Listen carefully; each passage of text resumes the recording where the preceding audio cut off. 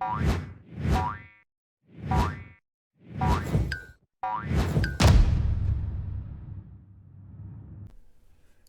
and welcome back to Frogboy X1 Gaming. I'm Andrew and today we're talking about Xbox Series S.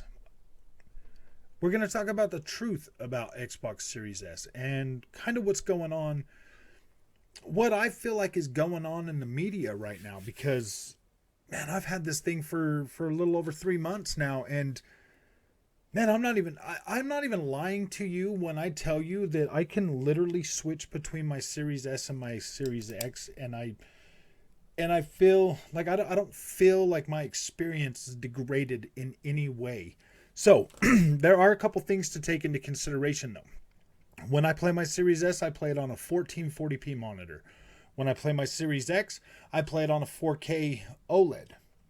Sometimes I do play the Series S or the Series X on the 1440p monitor, but I rarely ever hook my Series S up to my 4K OLED.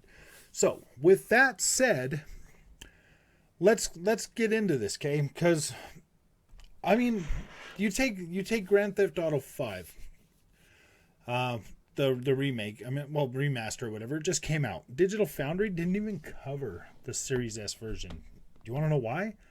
Because it runs pretty smooth at 60 frames a second, and it looks freaking phenomenal. With guess what? Upscaled 4K. Yeah, when I put it on my 4K TV, it looks pretty good. When I run it on my 1440p monitor, it looks freaking phenomenal. Phenomenal. So, you look at other games that have kind of come out recently. You have Dying Light 2, just received a 60 FPS patch. Now, the visuals on that did kind of take a down. they did kind of take a hit. So, I mean, it's not as beautiful as it was, but it still looks good on my 1440p monitor at 60 frames a second with VRR support. Looks great. Runs great too now. You take Cyberpunk 2077. Now, I agree with a lot of people. They should have probably went for a 60 FPS performance mode on that, as well as the resolution mode, and they are looking into that. So fingers crossed, maybe we will get that. I kind of feel like certain developers, well, I don't know. I mean, it kind of feels like there's this thing to try to make the Series S look bad. I mean, if that makes sense.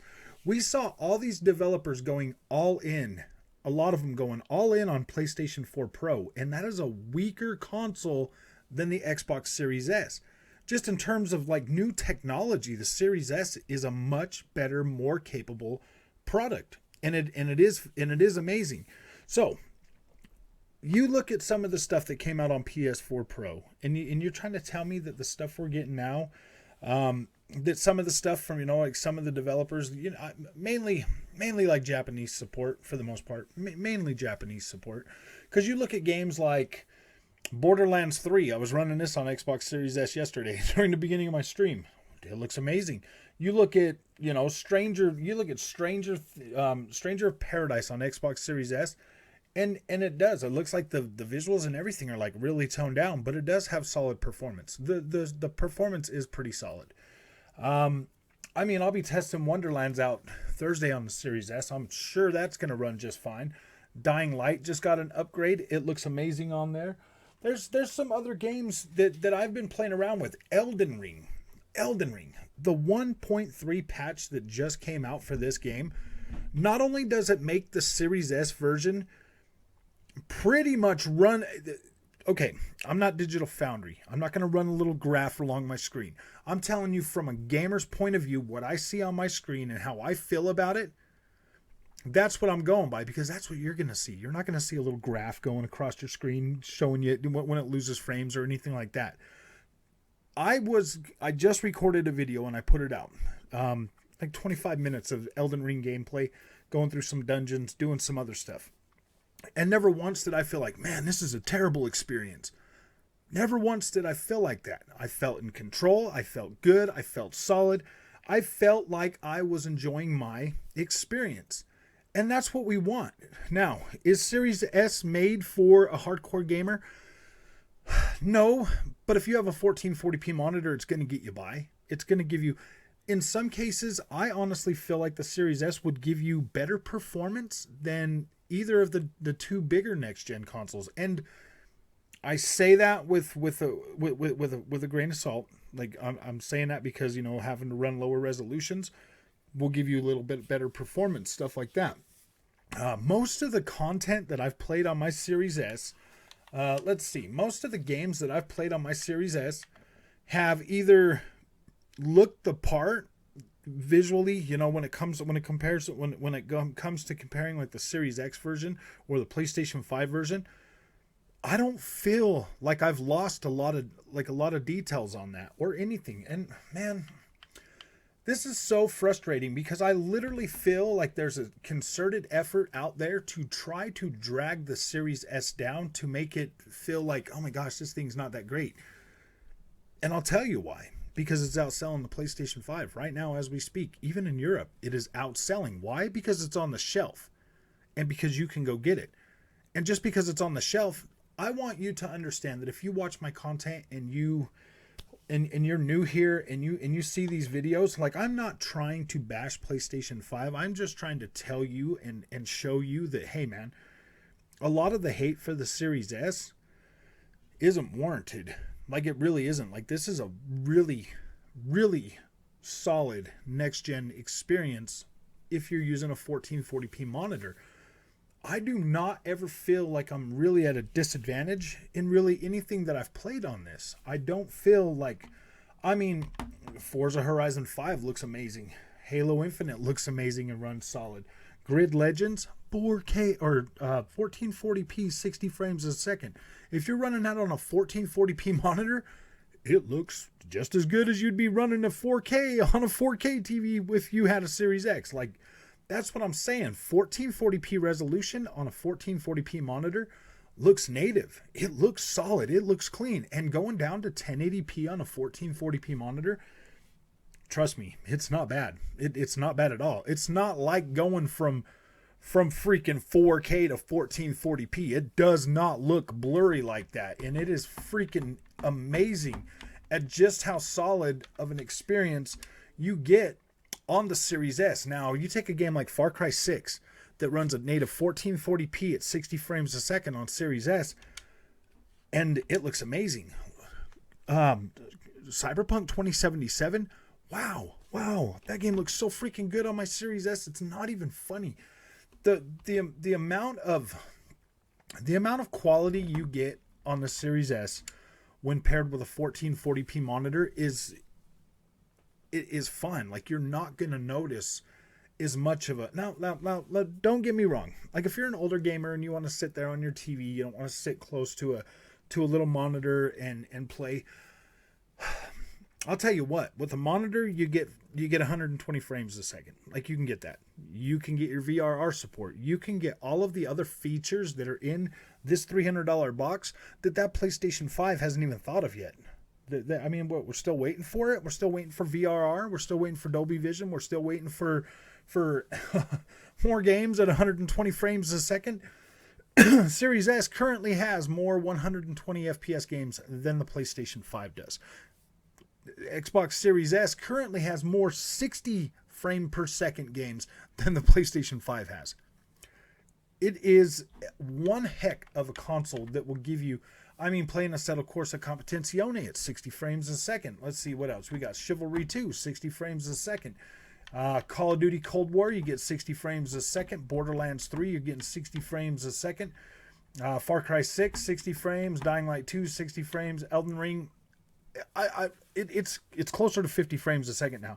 Grand Theft Auto 5 runs solid at 60 frames a second on the Xbox Series S. This is my thing. I'm not checking them with a graph or anything, but I'm telling you, like, I can't tell the freaking difference.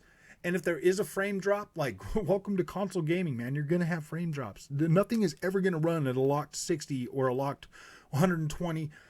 I mean, at least will 100% get a locked 30 frames a second now. Like, this is the first generation we'll be able to get a locked 30 frames a second on basically everything that has a 30 frames a second thing.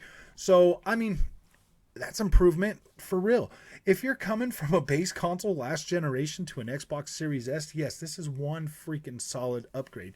You are getting a better overall package. You're getting more consistent, you are getting a consistent experience on the Xbox Series S.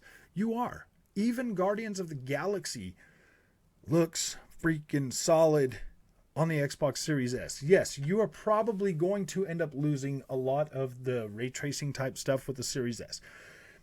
It is capable of it, but I don't necessarily think the power, they're going to be able to push that to give you that ray tracing experience. And I mean, if you're paying $300 for a console, I don't necessarily think that ray tracing is probably at the top of your list to have, because it literally kills performance on everything that I've played on. Even my PC, my powerful PC, like, it looks good. It does. Ray tracing looks good when you're actually using native resolution and native ray tracing and all of that stuff. It looks really good. But the power that it takes to run that is just so much more than any of these consoles really have. And I'll tell you what, man, looking at the ray tracing on Gran Turismo 7 that everybody's like, oh my gosh, it's got ray tracing. Like, when you get in there and you actually start looking at the ray tracing, it's all like jumping around, and it's like, it's so unstable, it's not even funny. It does not look that great. A lot of these racing games are running at higher resolution, 1440p with 60 frames a second. So, I mean, you're getting the experience. Shooters, most of these shooters are running at 60 frames a second, up to like 1440p, like Call of Duty Vanguard's running at 1440p native with 60 frames a second. You've got like the Crysis Remastered trilogy that's running. These are just games that I've got downloaded. Doom Eternal runs solid. Like, you are getting a solid experience. That's why I don't understand why these outlets and why these, bigger mouthpieces and why these other YouTube channels and everybody just seems so like I don't understand why they're hating on Xbox Series S so much. This is an amazing console. And if you look at it right now, Series or Nintendo Switch is selling through the roof. The PlayStation 4 Pro, dude, this is way better than a PlayStation 4 Pro. Like, way better. Like, yeah, you might not be getting a lot of games that are checkerboard 4K, but I mean, I would much rather have a native 1440p than a checkerboard 4K any day. Any day. Because the fact of the matter is once the game's checkerboard, it's checkerboard. There's no going back from checkerboard rendering. It's checkerboard, like 100% fuzz K. This is native resolution with a native you get native, and it just looks so much better. With a native presentation, it looks better. The HDR support on here is solid. I'm serious. Playing this on a 1440p monitor is freaking a solid experience. You got Psychonauts 2 that runs and looks amazing on it. Riders Republic looks so good on this, it's not even funny. It is a solid experience to play Xbox Series S. And you know what? Honestly, I've been trying to make a lot more Xbox Series S content. I usually review the games, or I do the first impressions on the Xbox Series S first. This console, I'm not even joking, man. Like, I can play this console and fully get my experience playing on the Xbox Series S. Like, I have no problem coming in and grabbing the Series S controller and playing my favorite games with my save. And actually, like, I was literally just playing Elden Ring on it today. I went and decided to take out the dragon, and that was the whole reason I made that other video, because I was like, wow, man, this is freaking smooth. This is running really good. So after I beat him, I was like, you know what, man? I'm going to make a video on this. And talk about the new update, because this really feels good. So I made that video, and then I was like, man, you know what, man? I really want to be able to support Xbox Series S, because this thing is a literal freaking beast. It gives you a solid experience. I'll tell you what, this is my honest thoughts on it, because I've had PlayStation for a year now. I have had more of a consistent experience playing on the Xbox Series S than I have on the PlayStation 5. There's just so much discrepancy in the PlayStation 5. You either get a native resolution game, or you get checkerboard, or you get, just it's not a consistent experience. Whereas the Series S, I feel like it's consistent, and the lower cost, the lower cost and everything else just gives me that. It just gives me that value of that satisfaction of like value with real performance that honestly isn't like, oh my gosh, this is the best console ever. No, it's like, hey man, like, yeah, we made this so that it'll work on a 1440p monitor. That's what it's intended for, 1440p, 1080p. We want to be able to give people that aren't getting upgrade to a 4K TV the option to buy a console that will be right for them, that will perform for them, and they can buy it for their kids and then run it with a Game Pass subscription.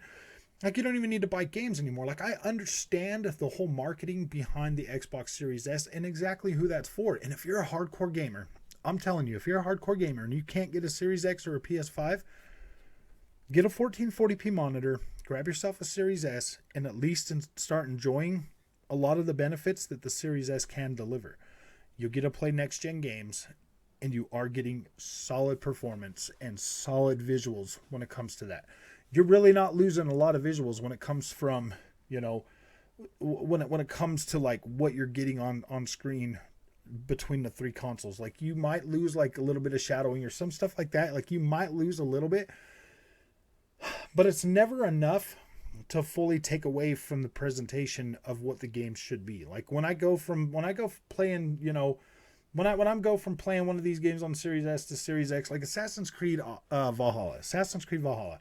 When I go from playing that on my 4K to playing it on my Series S, I'm like, wow, man, this actually looks pretty freaking good still. It like holds up. I'm not losing really anything. And that's the message that I'm trying to convey right now, is that the Series S is a little beast, and it is one heck of a freaking system. So if you like this content, don't forget to like and subscribe, and I'll see you in the next one. Going back to play some Series S.